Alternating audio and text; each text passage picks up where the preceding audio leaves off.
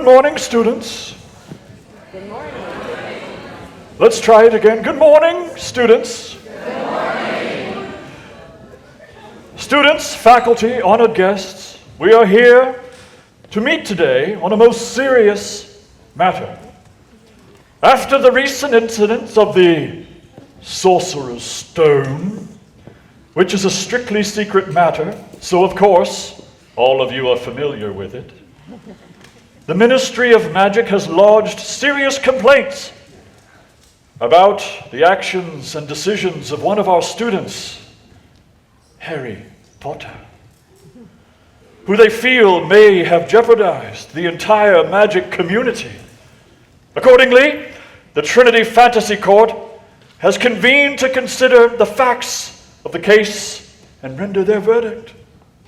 We have appointed a jury from each house at Trinity, so we will have 4 different verdicts to compare.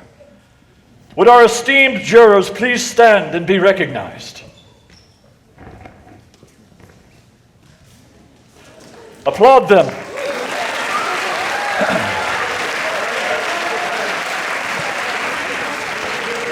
Thank you. You may be seated. And bailiff, you may proceed.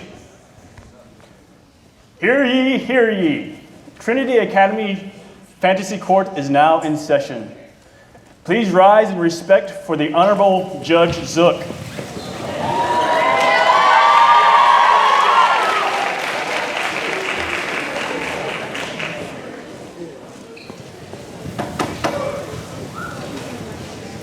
Greetings, jury, attorneys, observers, and esteemed guests.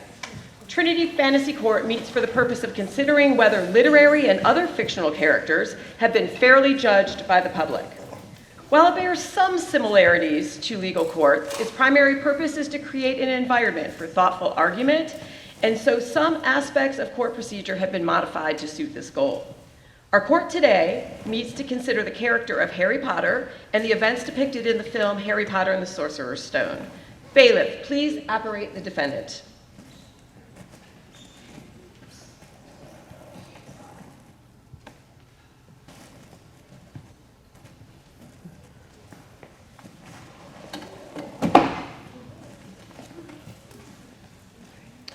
Apparate defendus.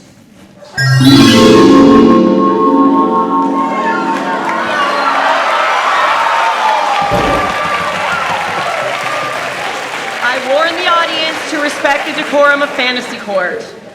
While cheering and booing are welcome, please abstain from talking to each other during the proceedings. Counselor, are there other witnesses you would like to question for the court? There are, Your Honor. Bailiff, please apparate the additional witnesses.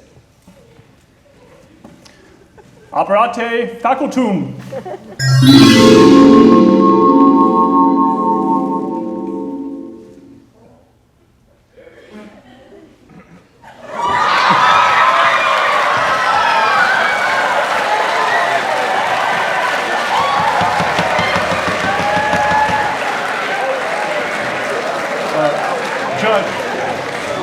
Judge, there were supposed to be 3 witnesses, Your Honor. There were supposed to be 3 witnesses?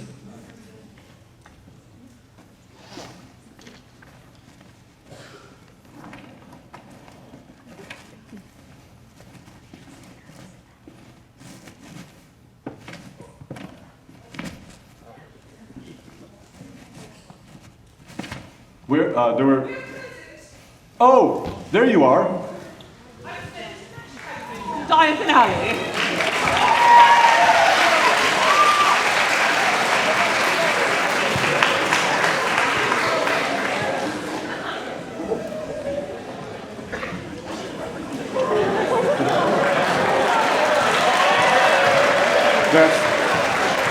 That's them, Your Honor.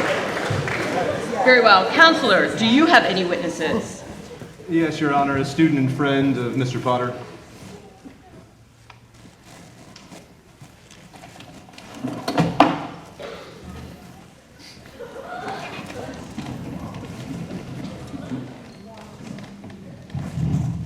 Front doors.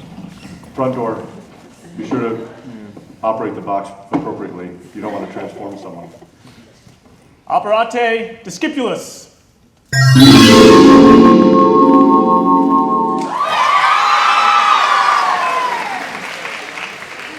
Okay. After bailiff is done moving the box, bailiff.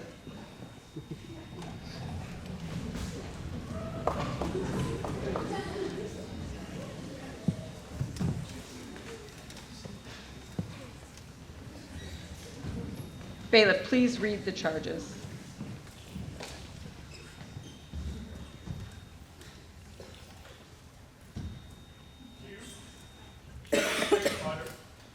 Of the cupboard under the stairs, 4 Privet Drive in Little Whinging, Surrey, are hereby charged with the following.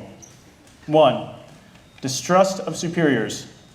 Sharing superiors' confidential information and or withholding important information from them. 2. Habitual violation of school rules. And 3. Inappropriate heroism. That is, selfishly and unwisely attempting to fight a battle by yourself when it should be obvious that others are better suited to the challenge. How do you plead these charges? I plead not guilty to all these charges.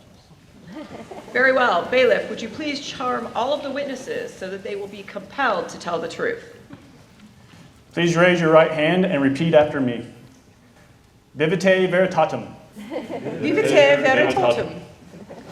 Prosecution, you may call your first witness. Thank you, Your Honor. I call Professor McGonagall to the stand.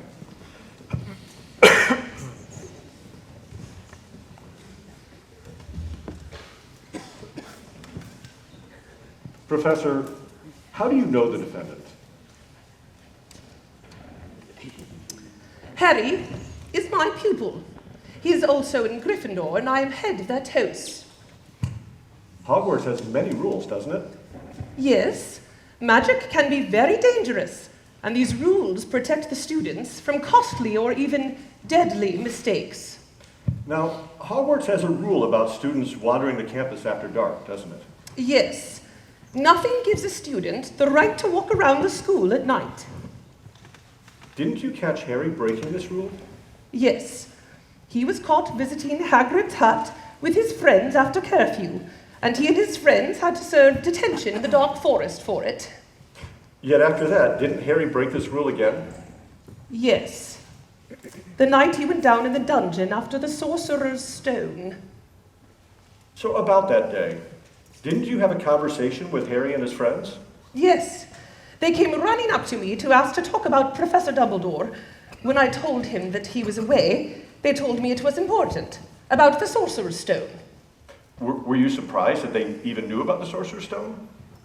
While it was part of Dumbledore's plan for the thief who tried to steal it from Gringotts to look for it there, it would be disastrous for some students, particularly first-year students, to get involved.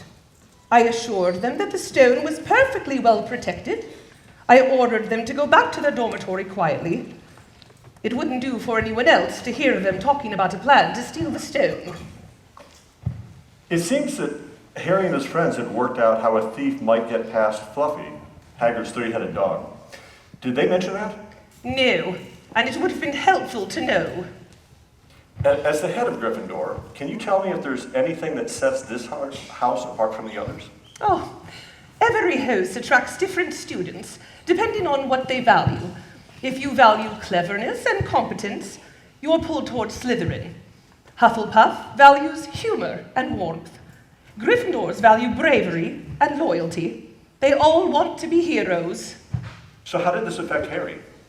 Well, the big risk for Harry is that because he was known widely as the boy who lived, he would feel the need to be a hero before he had the abilities to back it up. That's why Dumbledore insisted on having him raised outside the magic community. That's also why the Sorting Hat found him so difficult. Putting him in Gryffindor only amplified his need to be a hero. I'd hoped that getting him on the house Quidditch team would satisfy this need, but it was as if there were other forces at work to make him need to be a hero even more. So would you say it is typical for Gryffindor students' heroic desires to make them overconfident? Oh, not usually. In Harry's case, sometimes it felt just the opposite. When I first asked him to play Quidditch for Gryffindor, he seemed very unsure he could do it. Then I heard Miss Granger showed him his father's trophy and as a seeker and told him that Quidditch was in his blood, and that seemed to turn him around. Thank you, Professor. You may step down. Would Hagrid please take the stand?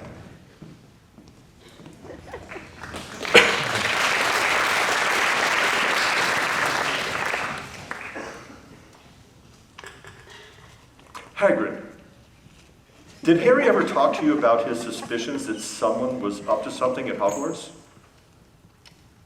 Harry got into it in his head that Professor Snape was the one trying to steal the Sorcerer's Stone. I told him that was hogwash. That Snape was helping protect it. He's very clever, that Professor Snape, and he's someone Dumbledore has looked to in the past. When he needed someone he can trust. You can't fool Dumbledore. If he decides he can trust you, you must be good as gold. Did that convince Harry that Snape can be trusted? Not that he ever told me. I understand that Harry was assaulted by some sort of creature in the Dark Forest when he was with you. Can you tell us about that? Yes, we were there doing detention. We were looking for creatures that was hurting the unicorns in the forest. We split up and Harry came across the creature. So what did Harry do? Did he use magic to capture it or to drive it away? No, he pretty much fell down and tried to crawl away in fear, so I heard. It's a good thing that the centaur, Firenze, came along to drive away the creature, or Harry might have been done for. So Harry must have learned that he was still very new to magic and out of his league against a major magical threat. Now that you mention it, it's odd how fearless Harry seems, even when it would be good for him to be afraid. I handle a lot of beasts and wouldn't have lasted as long if I didn't have a healthy fear of them. Thank you, Hagrid. You may step down. And now, Professor Snape, would you please take the stand?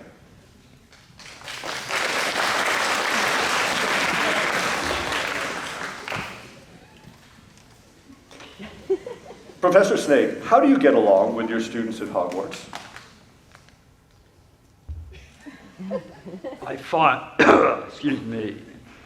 find I can often be misunderstood by my students because I don't play around with them like others on the faculty. I teach potions, a very serious subject.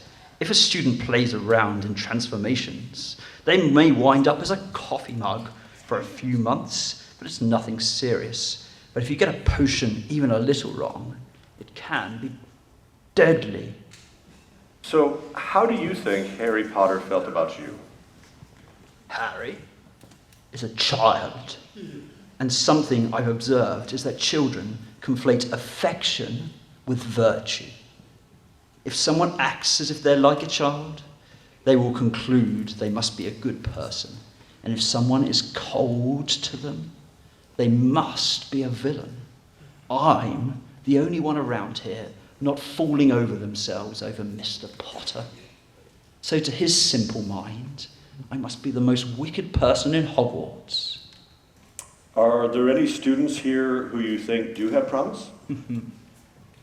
Young Draco Malfoy seems to respect potions and comes from a family that has drilled into him the importance of taking magic seriously. I'm also impressed with Miss Granger. I was a little annoyed that she didn't wind up in Slytherin, where she would have been challenged to hone her fine mind and not be a typical Gryffindor who's always obsessed with proving themselves worthy.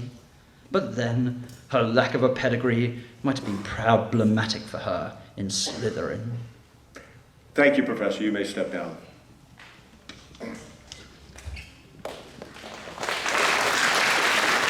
Professor Dumbledore, if you would please take a stand.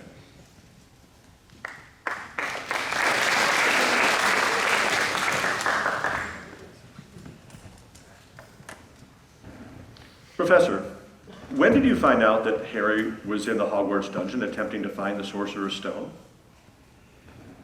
Late in the evening, I got an urgent owl from Miss Granger, letting me know Ron had been injured and Harry was in trouble. So they did let you know they were in the dungeon? Yes. Apparently, Harry told her to get an owl to me with a message after Ron was hurt.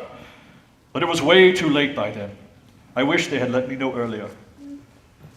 So, if when they'd left Professor McGonagall, they'd sent you an owl sharing their conclusion that someone was trying to steal the stone, and had figured out how to get past Fluffy, well, then what would you have done? The same thing that Professor McGonagall did. I would have told them that the stone was well protected and they should stay away at all costs. If the stone was so well protected, can you explain how the thief, not to mention 3 first-year students, would be able to get all the way to the final barrier, the Mirror of Erised? First, I would just like to acknowledge that I have become allergic to my own beard. Beg pardon. Yes, those traps weren't created to keep the thief out, but to give us clues about their identity. For the thief to make it to the Mirror of Erised, they would have to be able to tame a dangerous beast, control light and their fears, be adept at flying, and be strong in strategy. That, in addition to being able to break into Gringotts, narrows down the list of suspects considerably. Even if they got away after that, we would still have a much better idea of who we were dealing with.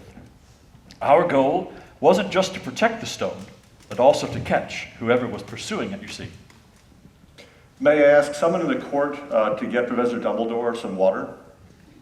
And just bring it to the corner of the stage when you do. Thank you. So, if Harry had stayed away as he was told, and the thief, Professor Quirrell, had been left free to try to steal the stone, what would have happened? Quirrell's desire for the stone was so strong that he would have been driven half mad seeing it, but unable to get his hands on it. And as I warned Harry, it can be very dangerous to stand in front of that mirror. This is what I had planned to happen. By the time I returned from London, Quirrell would have been quite manageable. So, when Harry showed up, he actually ruined your plans then? Yes, and what's more unfortunate, he also almost put the stone in Voldemort's hands. Excuse me. The attachment between Harry and Voldemort is still a mystery. When Harry stood next to him, he saw Voldemort's desire instead of his own. And because he had no desire for the stone himself, the mirror released it to him, as I had charmed it to do for me. So Harry's actions could have given Voldemort what he needed to regain his power and restart his reign of terror. Perhaps, but while Harry is not a very powerful magician, he has had powerful magic in him since he was a baby, and that magic seems to be set against whatever Voldemort plans. So if Harry actually didn't save the day in the dungeon, but instead almost foiled your plans, why treat him like a hero in front of the whole school later? And if you need to, you may take a drink before answering. Thank you. I don't know how I'm going to do that.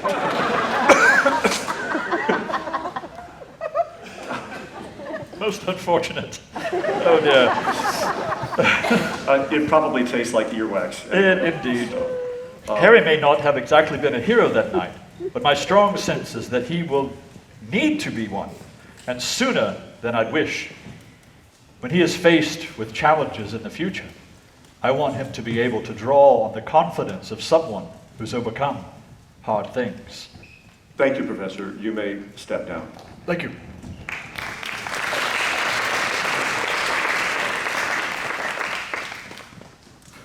Would our defendant, Harry Potter, please take the stand?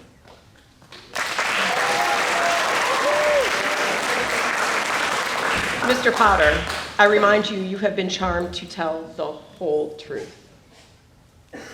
So, Mr. Potter, several witnesses have testified that you broke several school rules. Is this true? Yes, it is true.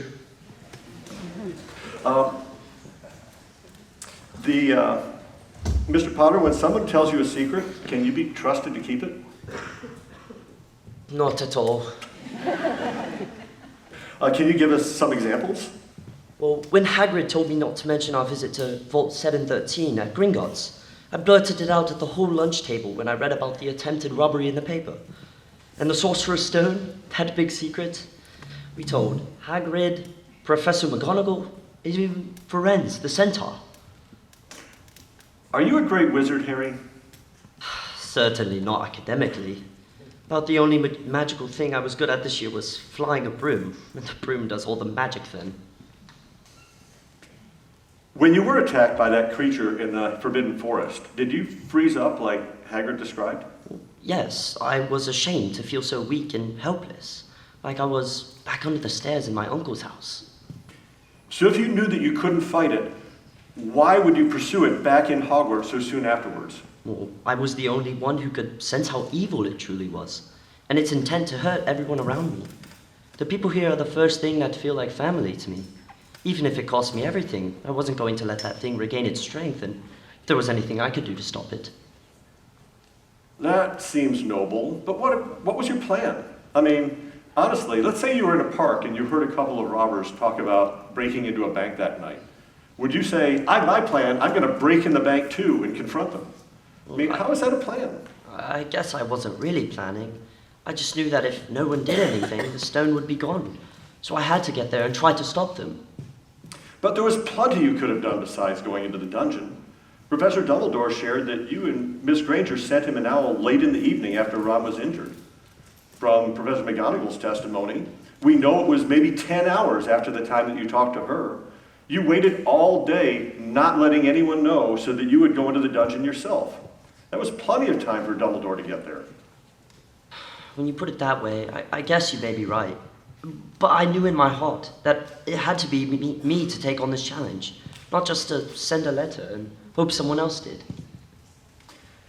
From what you've heard of today's testimony, don't you see that the adults had much more under control than you thought? I guess. My whole Muggle family is so mean and incompetent. I'm not used to being able to trust adults. Thank you. Your Honor, the prosecution rests. Defense, would you like to question the defendant? Yes, I would, Your Honor.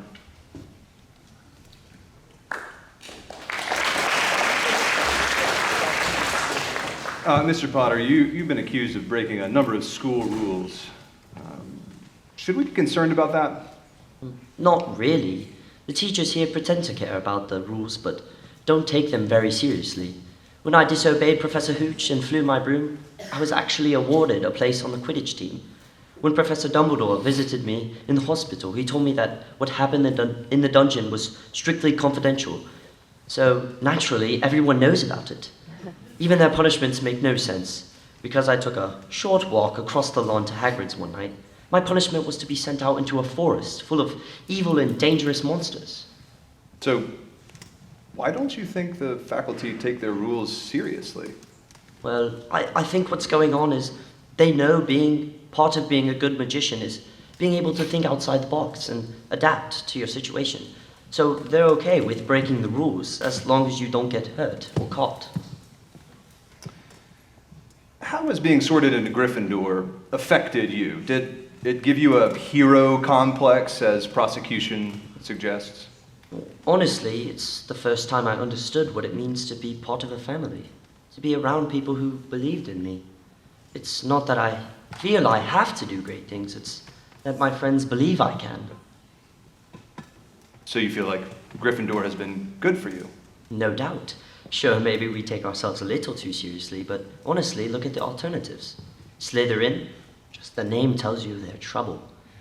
Hufflepuff, sure they throw the best parties, but could anyone really take you seriously with a Hufflepuff scarf? Ravenclaw, maybe if I wanted to work in corporate mergers someday, but not if I like adventure. Well, that aside, earlier this year you were very convinced that Professor Snape here was behind the attempts to steal the Sorcerer's Stone. Clearly, you were wrong there. Do you still think he's a threat to Hogwarts? I really do. Look at him. He's the head of Slytherin. Do you remember what I just said about Slytherin? He may not have been behind the attempt to steal the Sorcerer's Stone, but he's definitely hiding something. After you were overpowered by that creature in the forest we discussed earlier, what made you think that you were competent enough to confront whoever was trying to steal the stone in the dungeon? Well, I was just acting on instinct. After I learned that as a baby I had survived a direct attack by the most feared wizard in the world, I just knew somehow that I would be safe if I believed in myself and trusted my heart. That's all any of us can do, Mr. Potter. Thank you. You may step down.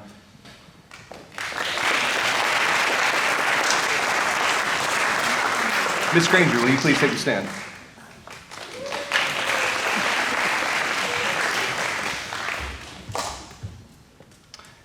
Can you tell me about your relationship with Mr. Potter and Mr. Weasley? Well, I have trouble making friends because I intimidate people. I've studied so hard before coming to Hogwarts, and it seems that because I come from Muggle parents, nobody is impressed with what I know. I seem to get along with Harry and Ron, and it was actually lucky that the three of us were caught on the restricted floor together because that shared experience brought us closer. And how did that make you feel? I realized I'd made a mistake and that Harry and Ron were intimidated by my skills, and I was driving them away. And it was actually lucky that we had that incident with the troll in the ladies' bathroom. The bathroom. Can you tell us about that event? Well, I wasn't feeling well, and I was in the bathroom when I came face to face with a troll. I tried to hide, and it started to smash things I was hiding behind. Then Harry and Ron showed up and started to distract him so I could get away. Ron saved the day with his levitation spell, the very one I helped him learn, to hit the troll with his own club and knock him out. So, when you were questioned by Professor McGonagall, and she asked you what was going on, you told her that it was your fault, that you thought you could defeat the troll yourself, and that Ron and Harry saved your life. Why didn't you just tell her the truth? Well, I'd been really frightened. It's actually lucky I said what I did, though, because since then it seems my friendship with Harry and Ron couldn't be closer. So is it true that you also set fire to Professor Snape during a Quidditch match? Well, Harry's broom was out of control, and I thought Professor Snape was causing it. But he wasn't, was he? He was actually protecting Harry. Well, I didn't know that at the time, and as Harry testified, he's definitely hiding something. It's actually lucky that Harry, Ron, and I have a common enemy like Snape to help cement our friendship. Just so you're aware, you could have seriously hurt everyone in that gallery. They're all wizards, and they can take care of themselves. Harry is my friend, and I will do anything to protect my friends. Fair enough. Before Christmas break, did you instruct Harry to go with Ron and break into the restricted section of the library to look for information on Nicholas Flamel? Yes, sir, I did. We needed to know who Flamel was so we could understand what the thief was trying to steal. But as it turned out, they didn't need to go there at all because you already had the book in your possession. Yes, but it was actually lucky Harry went into the section, or he would have never stumbled across the Mirror of Erzed. Well, why was that lucky? Because it gave him the chance to see his parents. It made him see that some things are worth breaking the rules over, and led him to his first real connection with Professor Dumbledore. Breaking the rules. Like when you petrified Neville Longbottom when he tried to stop the three of you from going into the dungeon? I hated to do that, but I couldn't have him talking Harry out of going into the dungeon. It was too important. Besides, petrifying Neville also gave him the chance to be a hero when Professor Dumbledore awarded him the house points for bravery that won Gryffindor the House Cup. So it was actually lucky. Well, one more event I'd like to cover, if you will, please. The night when you broke into the dungeon, as some of you are aware, after Ron was injured, winning the dungeon's game of chess, wizard's chess, what happened after that? I had to take care of Ron and get an urgent message to Professor Dumbledore. It was up to Harry to go to the last room of the dungeon alone. This is the message that we've heard about before. Was Harry afraid? Yes, but also resolved. It was actually lucky I was there to tell him that he really was a great wizard. But was he a great wizard? Through all the details of his first year, 11 years old at Hogwarts, it didn't seem that he had done much magic at all, at least not on purpose. Harry may not know many spells, though all the details of his magic at his first year at Hogwarts, it doesn't seem that he had done any magic at all, at least not on purpose. Well, Thank you, Miss Granger. Well, actually, hold on one second. You keep saying that things were actually lucky, these different things that happened. They all seem to be lucky in that they benefited you. Is that really luck? I don't know what you mean, sir. I mean, if it wasn't luck, what else would it be? You're not suggesting that I led Harry and Ron onto the forbidden hallway, or that I lured the troll into the bathroom so Harry and Ron could defeat it, or that I unnecessarily goaded Harry into going into the restricted section of the library, or that I encouraged Harry to believe Snape was a thief, or that I urged Harry to go into the dungeon to face Voldemort by himself.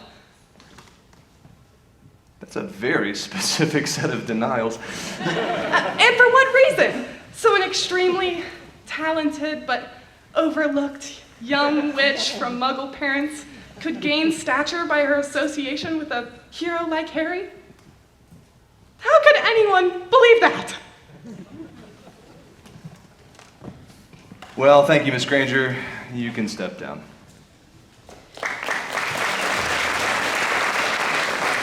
The witnesses have concluded their testimonies. It's now time for closing arguments. Thank you, Your Honor.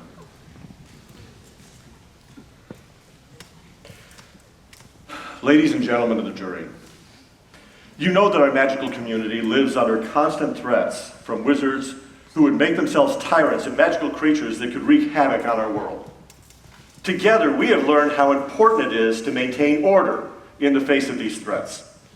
Our rules and laws allow us to work together and prevent our enemies from dividing us.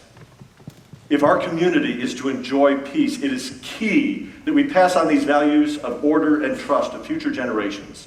And we do that through our excellent magical academies, like Hogwarts School of Witchcraft and Wizardry. While, like all of you, I am inspired by the story of how Mr. Potter, as a baby, survived an evil wizard's curse, it is very important that we correct and discipline Mr. Potter as he grows into a full-grown wizard to make sure he doesn't pick up the bad habits that could undermine his legacy. Now, there are 3 charges which the court has asked you to judge. The first, that he didn't trust his teachers enough to keep their secrets and to share with them what he knew. The second, that he regularly breaks the rules of the school. And the third, that he foolishly took it upon himself to be hero when he had no objective reason to believe he would succeed, and when there were better alternatives available to him. Now, in the case of the first charge, Harry has shown that he's not willing or able to trust his teachers. Pardon me. Something with my notes here. Yes, to trust his teachers. As he should. And when he was told to keep confidential matters to himself, he shared them with others. You need look no further than the danger he put young Ron Weasley and Hermione Granger in to see how serious a mistake this can be. He also failed to trust his teachers with his own observations and intentions. As we heard, it would have helped Professor McGonagall to know a thief had gotten past the dog. More importantly, Harry shared his plans with Professor Dumbledore to enter the dungeon in pursuit of the stone before he went in, and many hours he was waiting before it to get dark. It would have prevented a potential catastrophe. Instead, he only sent word to the professor after Ron Weasley was nearly killed. As you all know from your own experience, young witches and wizards learn many secrets as they learn their craft, and it is essential that they trust their teachers to share when they see this danger. Harry, unfortunately, has failed this test. Now, in the second case, Harry regularly breaks school rules, there can be no doubt. We've heard testimony from Mr. Potter himself and others that he wandered the castle at night, broke into the restricted section of the library, and visited the forbidden hallway multiple times. While you may be tempted to overlook these infractions, consider that these weren't innocent mistakes or even a childish flaunting of the rules. Harry seems convinced that these rules didn't apply to him because he needed to be the hero. His mission was too important to follow the rules. While, like Professor Dumbledore, I hope Harry will be a real hero someday, this kind of reasoning, that he's above the rules, that is exactly what forms some of magic's greatest tyrants, including Lord Voldemort himself. Did you just compare Harry to Lord Voldemort? This is outrageous. Counselor, behave I yourself. don't want to hear any more incendio.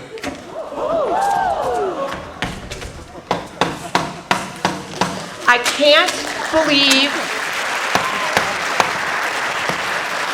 can't believe I have to say this yet again. Counselor will refrain from igniting the other counselor's property. I'm sorry I burned your notes. You need to make up. Make up.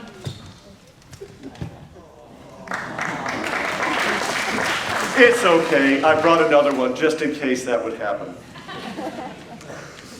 So, as I was saying, the final charge is perhaps the most serious. We all know that confronting powerful magic is tricky and requires caution, a good plan and careful coordination.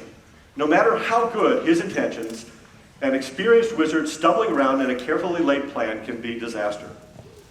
That is why we have a statute against inappropriate heroism, so that naive magicians will think twice before deciding that only they can be the one to save the day. And this is especially true when they have every reason to believe that they are in way over their heads. That is why we all learn as children the tragic story of Cedric the Incompetent and the Seven Dragons. Harry knew from his prior encounter with the creature in the Forbidden Forest that he was no good in a fight. His stupidity ruined Professor Dumbledore's careful planning and almost brought us back to Lord Voldemort's reign of terror. There will always be boys like Harry who need to be a hero so much that they're willing to risk all of our futures to try to be one. It is up to you, the jury, to make an example of him so that those who come after will think twice. So in conclusion, I'm sure that you, like me, find Mr. Potter to be a likable boy. But I ask you to remember the sage words of Professor Snape, and not to conflate likability with virtue. Harry's choices, attitude, and ambitions are not virtuous, and you owe it to him and to our community to convict him of these counts so that these faults can be corrected while he is still young. Thank you. Counselor, you may begin. Mm-hmm.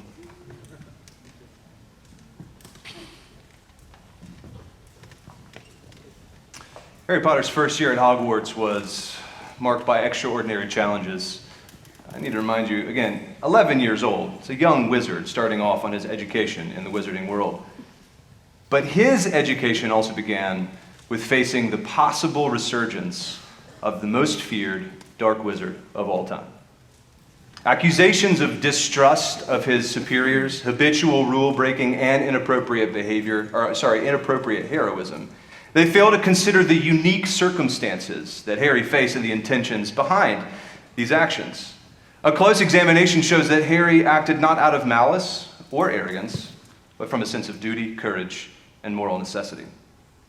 To the first charge, distrust of superiors, they were fostering distrust.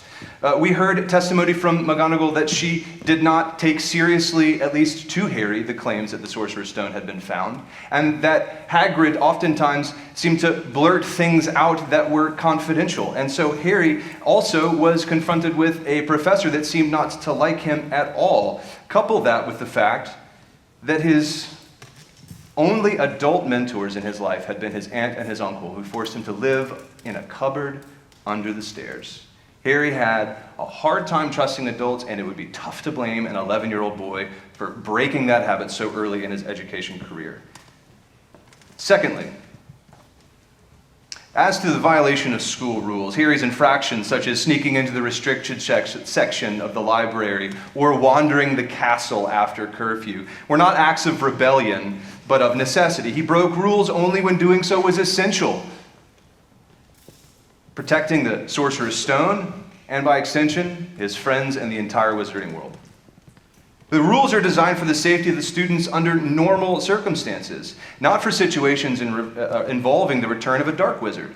When Harry and his friends visited Hagrid or the trapdoor guarding the stone, they did not flout the rules, but because the circumstances demanded immediate action, they took steps. And in these extraordinary situations, strict compliance is neither practical nor morally justifiable. And lastly, inappropriate heroism. Harry does not fight his battles alone, as we heard from testimony earlier from Miss Granger. Throughout his first year at Hogwarts, he relied on his friends, Ron and Hermione, for their help. Whether solving potions riddles, flying a broom, playing a life-size game of wizard's chess, or all the other things that Miss Granger identified as lucky. Far from selfishly fighting alone, Harry demonstrated a clear understanding of the importance of teamwork. While it's true that Harry and his friends took on challenges that might seem beyond their capability, they did so only because no one else seemed to do it. The adults at Hogwarts, while well-meaning, were unaware of the immediate danger, at least to his perspective. It was not arrogance, but necessity that drove Harry to act. Harry's actions are selfless, not self-serving. Confronting a dangerous wizard is a terrifying prospect, but Harry willingly put himself in harm's way to protect others. This is the antithesis of inappropriate heroism. The charges that we have against Harry Potter fail to account for these extraordinary circumstances and the moral integrity behind his actions. His occasional rule-breaking and willingness to confront danger arise not from distrust, recklessness, or selfishness, but from a sense of duty and the absence of viable alternatives. Far from undermining authority or acting unwisely, Harry exemplified courage, resourcefulness, and a commitment to the greater good. These qualities, rather than condemning him, make Harry an exemplary first year. At Hogwarts, the faculty should foster and direct these virtues to strengthen both Harry and the wizarding community in the future. Thank you. Jurors, you have heard all of the evidence and all of the arguments. It now lies to you to render your verdicts. Professor Dumbledore will give you final instructions. This court is now adjourned.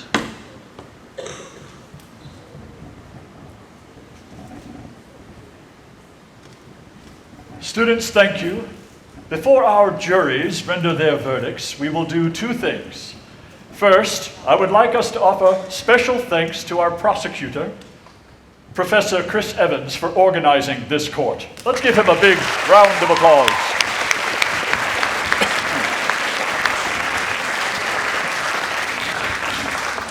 Next, we are allowing time for discussions of the trial among your fellow housemates. When I announce that you are dismissed, you should meet as a house per these directions. Excuse me. Craig House should meet up the stairs in the mezzanine. Urquhart House should meet near the front of the room. Baxter House should meet in the back right corner. McLennan House should meet in the back left corner. And middle school can go to homeroom. Your homeroom teachers will meet you there and give you further instructions. Jurors, please be sure to render your verdicts using the link Mr. Horner provided you by the end of your lunch period. And now, before you're dismissed, let us show appreciation for the work this group has done presenting this case to you.